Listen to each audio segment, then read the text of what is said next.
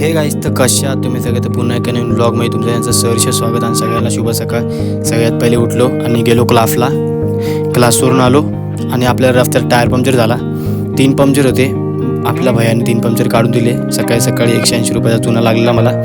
नंतर मग किसना शेट भेटला आपला एरियात. बोलतो दादा सुट्टी कुठे चल. मग आम्ही निघालो खिरकाळी मंदिरावर जायला.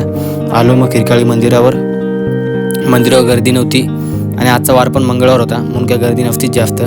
आणि इथलं दृश्य पण खूप बघण्यासारखं होतं. पावसाचं वातावरण असल्या कारणाने मस्त इथं खूप चांगलं वाटत होतं. आणि खिरकाळी मंदिर आलं का माणसाचं मन प्रसन्नच होतं. मग दर्शन घेतलं आणि परत इथं 15-20 मिनटं थांबलो मग जरा. नंतर असा एक आपला व्हिडिओ काढला आणि हा व्हिडिओ पण खूप भारी आलता. पाठीवर पक्षी खूप मस्त वाटत होता असं. मग नंतर गेलो ठाकूरवडा खायला.